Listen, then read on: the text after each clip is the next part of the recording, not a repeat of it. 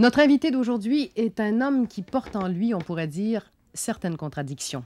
C'est un fonceur timide, c'est un ambitieux mais qui aime bien prendre son temps, c'est un sex symbole mais qui est loin de se prendre pour une star. Mais c'est surtout, et là, aucune contradiction possible, un de nos plus grands comédiens.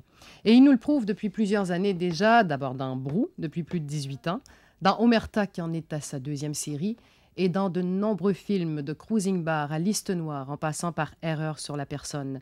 On peut dire sans crainte de se tromper que le succès aime beaucoup Michel Côté. Michel Côté, donc, qui est avec nous pour toute cette demi-heure.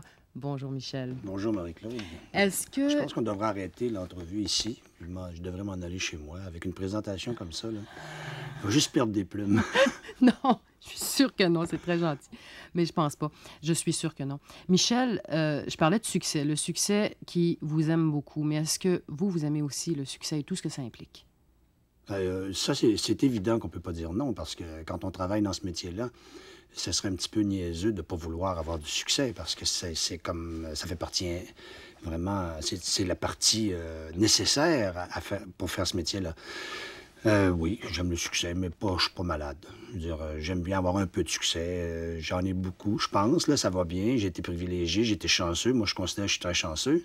Mais ça me suffit. Je voudrais pas être une superstar, là, puis être capable de marcher sur la rue, puis pouvoir parler aux gens, puis que les gens me saluent. Ça m'embêterait beaucoup, beaucoup. Puis avoir de vie privée. Par contre, ce succès-là peut aussi être un piège, dans le sens, parce que quand presque tout ce qu'on touche, Michel, se transforme en succès, j'imagine qu'on doit porter en soi aussi la peur que le prochain projet, oups... Oui, la barre est haute.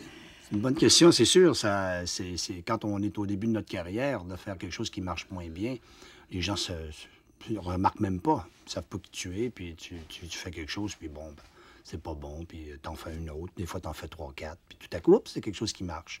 Là, ça va encore. Mais quand tu fais un autre truc qui marche bien, puis un autre, il y a une attente qui est créée, c'est évident, auprès des spectateurs. Et là, ben, tu peux plus... La marge d'erreur est plus petite et on te permet moins de te tromper. Et ça peut être stressant un peu, effectivement. Ça fait peur?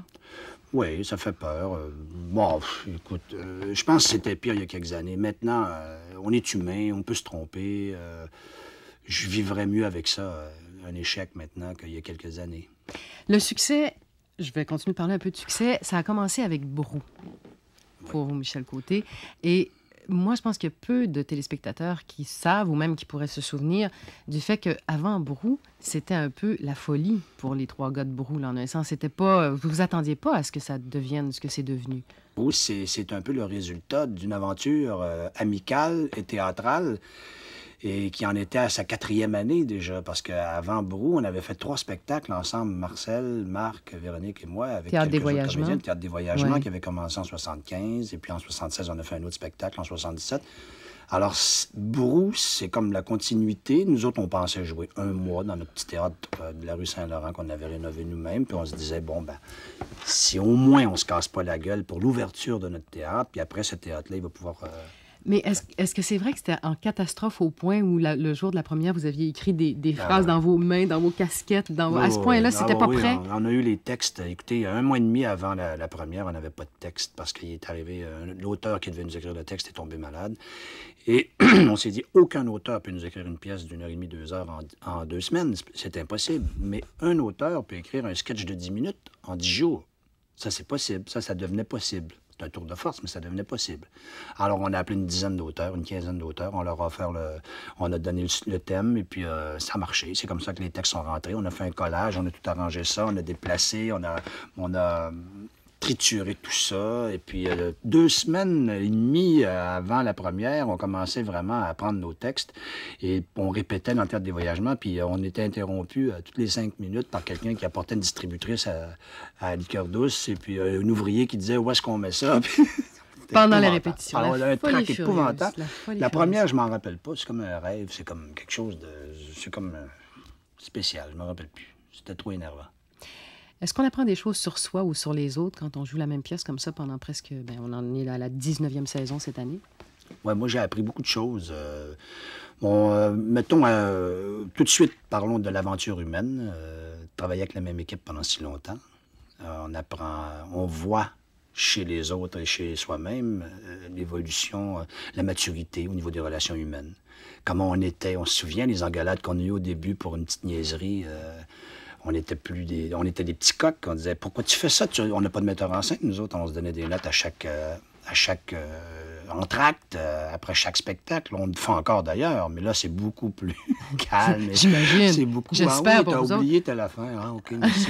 Avant, c'était pourquoi non, je l'ai faite. Pourquoi tu me dis ça? Ça, c'est le côté humain. Au niveau professionnel, moi, de jouer le même texte pendant 2100 quelques fois, ça a apporté beaucoup d'expérience. Ça m'a apporté beaucoup d'expérience au niveau de la comédie. Parce que si tu joues 20 comédies différentes un mois, bon, ben, si tu recommences à chaque fois, tu dis, bon, ben, le gag est bon là, puis le mois dernier, dans l'autre comédie, c'était pas bon, ou c'est ça.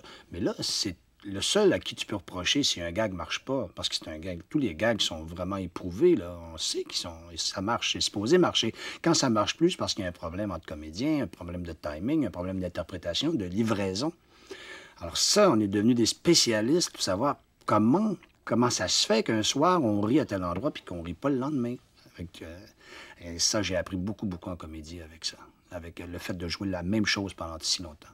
Est-ce que c'est plus facile pour vous de jouer un personnage comme un personnage dans Brou, que ce soit Pointu ou un autre des nombreux personnages, ou ceux de Cruising Bar, ou c'est plus facile de jouer un personnage comme Pierre Gauthier dans Omerta?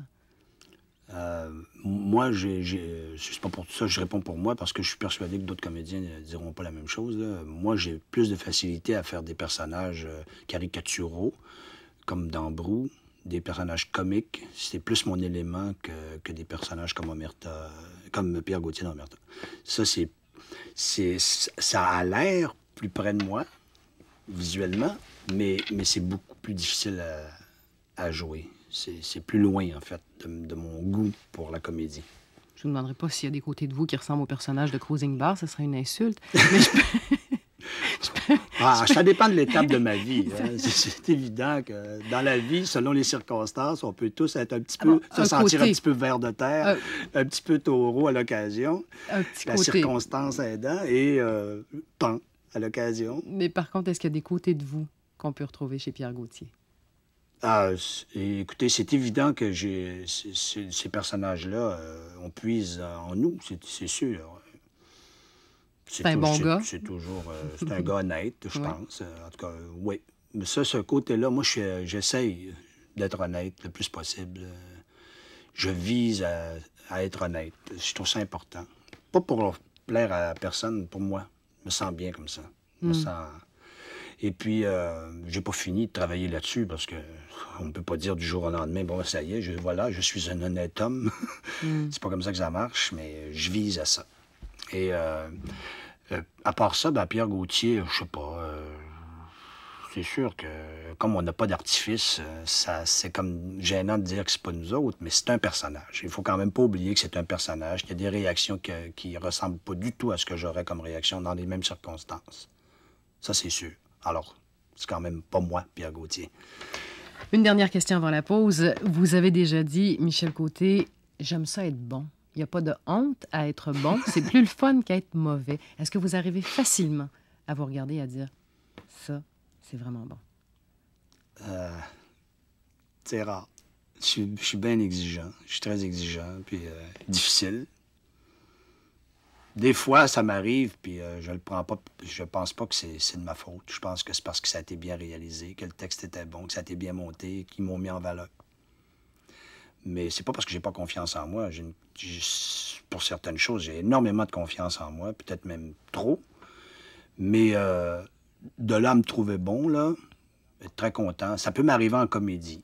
Des fois, des trucs que je regarde, mais pas quand c'est frais.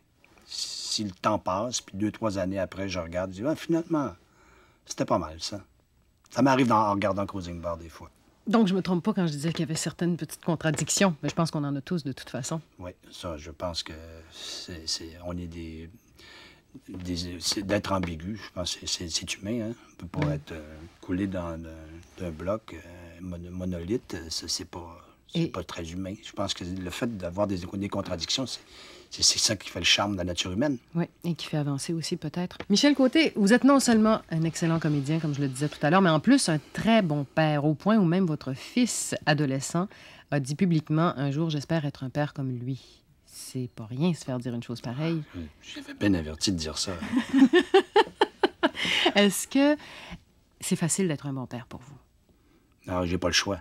Ça, c'est non seulement facile, c'est un besoin d'être un bon père pour moi. C'est comme, je me suis même jamais posé la question. Enfin, d'abord, premièrement, être un bon père. Est-ce qu'on peut être un bon père? Je fais mon possible.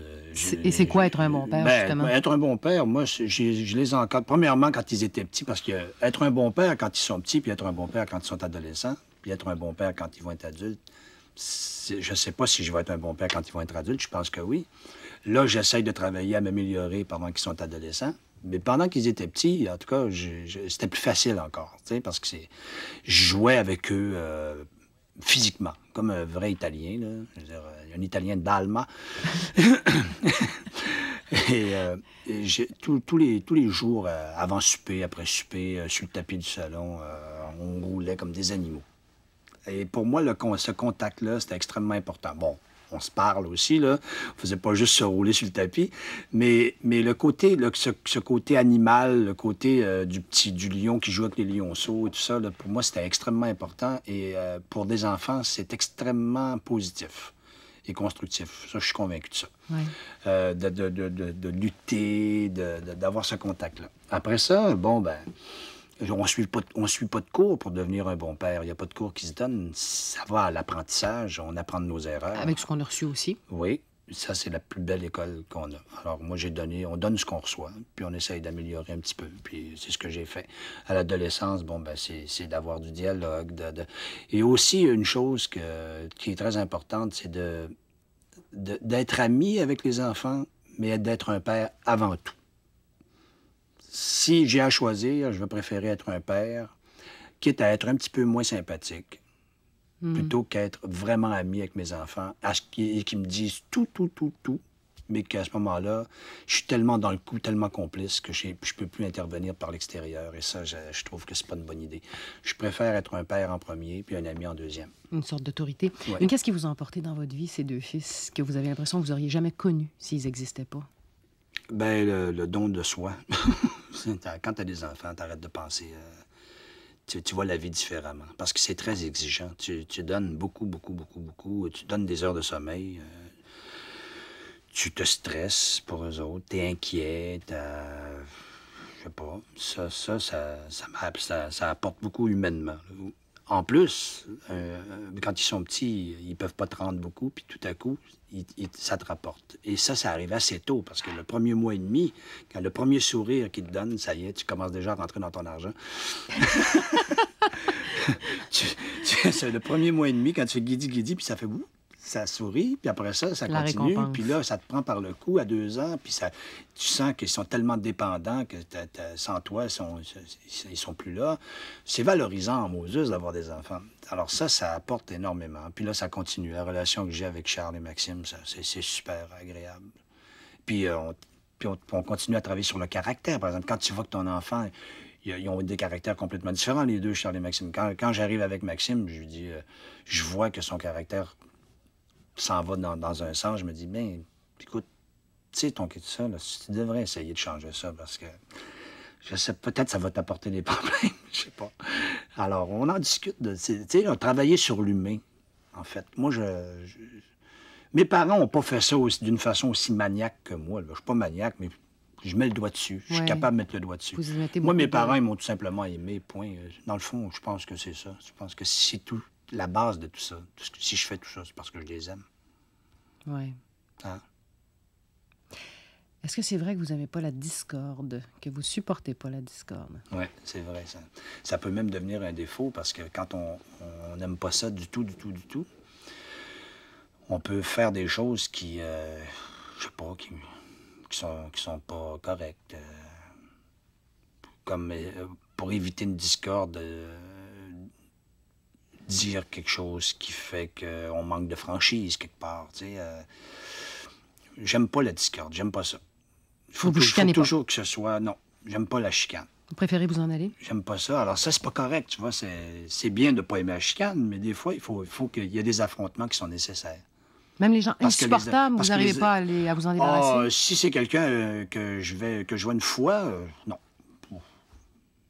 Tant pis, j'ai pas d'énergie à perdre là-dessus. Si c'est quelqu'un avec qui je devrais travailler ou avec qui je devrais faire un bon bout de chemin dans la vie, bon, à un moment donné, c'est sûr que pour faire progresser cette relation-là, il faut quand même un affrontement. Ça devient nécessaire et c'est positif. Mais c'est dur. Mais c'est très dur pour moi d'arriver là. Il faut vraiment que ce soit grave.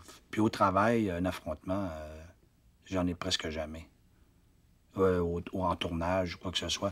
Je vais avaler, prendre la pilule longtemps avant que ça déborde, parce que quand ça déborde, je peux être pas violent, là, mais désagréable. Mais ça m'est arrivé très rarement. Les gens qui vous connaissent disent que vous êtes un type anxieux, angoissé. Je me demandais, qu'est-ce qui peut vous angoisser? J'aimerais ça le savoir. Qu'est-ce qui m'angoisse? C'est quelque chose qui fait partie de ma personnalité. C'est en moi. C'est une angoisse héréditaire, disons, ou innée. Ça vous prend comme ça ou c'est toujours avec vous? Non, c'est des périodes, mais c'est pas... C'est loin de la maladie mentale, là. Quoique des fois. Non. Mais je suis anxieux, je suis angoissé, je prends la vie à cœur. J'aime pas beaucoup la mort. La mort m'obsède un petit peu. J'essaie de remettre ça toujours à la semaine d'après. Ouais. Loin. J'essaie de... Ouais.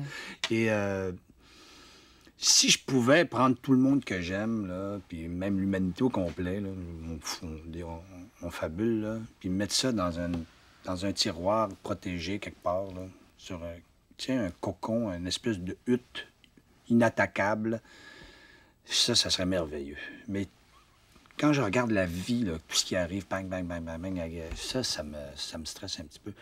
Mais je suis pas mal moins pire que j'étais. Quand j'avais 20 ans, c'était beaucoup plus fort. Là. Des petites crises métaphysiques, mais maintenant, Mais vous êtes du genre à vous poser beaucoup de questions. À négocier avec ça. Bon, je me pose plus de questions maintenant. C'est-à-dire que... Vous avez toutes les réponses? Non, j'ai pas toutes les réponses, mais comme je sais que j'aurai pas les réponses, j'arrête de me poser des questions. Mais êtes-vous du genre quand même à vous préoccuper de ce qui se passe dans le monde qui vous entoure, Ouais. le monde dans lequel vos enfants vont commencer Ouais. leur vie d'adulte? Ben c'est ça. Moi, j'ai tout pour être heureux, personnellement. C'est pour ça que votre question tantôt, quand vous avez dit comment ça se fait que vous êtes anxieux, ou on me dit que vous êtes anxieux, c'est pas logique que moi je sois anxieux. J'ai vraiment une vie exceptionnelle. Je veux dire, mon père, ma mère, au Villa puis Janine sont encore à Alma, assez bonne santé. Fiers de leur fils? Fiers, sont adorables. Mon frère, tu sais, ma petite fille, tout va bien, tout baigne partout. Mes enfants vont bien, ma femme, mon métier, ça peut pas aller mieux dans notre contexte québécois. J'ai tout pour être heureux, mais c'est exactement ça, ce que vous avez dit tantôt, qui fait que je suis pas heureux complètement. C'est ma conscience sociale et... mondiale de la situation de l'être humain. Je veux dire, je veux pas sortir mon violon, là, mais Ouais. comment peut-on être complètement heureux, à moins d'être complètement Aveugle? aveugle et inconscient, quand on regarde autour de nous, puis qu'on voit ce qui se passe, puis qu'on voit qu'il y a du monde qui en arrache en Moses. Alors, puis j'ai pas de solution pour ça. C'est quoi la solution? Tout abandonner puis devenir missionnaire? Si tous les gens que j'aime périssaient demain matin, c'est probablement ce que je ferais. Je me suiciderais pas, moi, je serais pas le genre. Il y a des gens qui se suicident parce qu'ils ont perdu au casino, là. Moi, je ferais un Père Teresa. Je partirais faire du bien quelque part. Je me sentirais bien avec ça. Je n'aurais pas de problème avec ça. Michel Côté, il reste bien peu de temps. On a commencé cette interview en parlant de succès. Je vais la terminer en reparlant de succès. Vous avez déjà dit « J'aime mieux aller doucement, que ça aille pas trop vite, mais toujours monter comme ça, je vais mourir en haut. » Je me demandais où vous pouvez aller maintenant. Ça serait quoi aller plus haut? Vous êtes pas mal au sommet, vous, là? Oui. C'est ça le problème. Non, je suis pas au sommet. En fait, je veux dire aller... ce que je voulais dire, puis je suis d'accord avec je suis très d'accord avec moi-même. Je me rappelle, ça fait quand même quelques années, vous êtes vraiment bien documenté, c'est formidable. C'est sûr que quand on est rendu En fait, ce que je voulais dire, c'est que je n'étais pas pressé de vivre le succès. J'aime bien travailler, faire mes trucs, faire de la qualité. Et puis, si le succès vient avec, c'est formidable. Ça, c'est un bonus. Parce que le plaisir qu'on a à tourner quelque chose, le plaisir, il faut que ce soit au travail. Quand on le fait, on le fait. On a du plaisir à le faire. Mais si, une fois que ça sort, après, on vous encense ou on vous démolit, ça, c'est où le bonus ou l'épée le frisbee qui vient te frapper en arrière de la tête, le boomerang qui t'assomme. Mais ça, c'est après. Sur le coup, moi, j'essaye d'avoir du plaisir à travailler et c'est ça qui compte pour moi. Bon, rendu en haut, c'est sûr que quand on est rendu en haut, la barre devient de plus en plus haute. Et là, tu ne peux que te river le nez. On a des limites. Je veux dire, mettons qu'on fait Omerta 2, c'est meilleur qu'Omerta 1, puis qu'on fait Omerta 3, qui est meilleur qu'Omerta 2. Un jour, Omerta 17 risquerait d'être moins bon qu'Omerta 16. Il y a des grosses chances. Et là, tout à coup, on dirait que tout ce que tu as fait avant de qualité, bien, les gens ont tout oublié parce qu'on ne vaut que la dernière chose qu'on a faite. Sauf Alors, que dans votre évidemment, moi, j'essaie de ralentir. Je courais pas. Il y a des moments où j'ai eu du succès, puis je me dis, allons-y, cruising bar 2, cruising bar 3. Comment on clenche, puis on monte, puis on devient une star, puis je me prends un attaché de presse, puis un agent, puis on y va. Ouais. Ça m'a jamais tenté de faire ça. Je me disais, bon, continue à faire ton boulot, puis à avoir des bonnes idées, puis travaille tranquillement. Puis avec le temps, bien, ça monte tranquillement, et c'est plus solide, les assises sont plus solides. Et puis, j'espère continuer comme ça tranquillement, sans faire trop de... Puis c'est pas une montée comme ça, c'est des montées comme ça, hein? Ça descend, ça monte tranquillement. Bien, on vous en souhaite encore longtemps, des belles montées. Bien, merci. À votre rythme. C'est gentil. Merci de m'avoir reçu. Merci, Michel, ça a été un plaisir.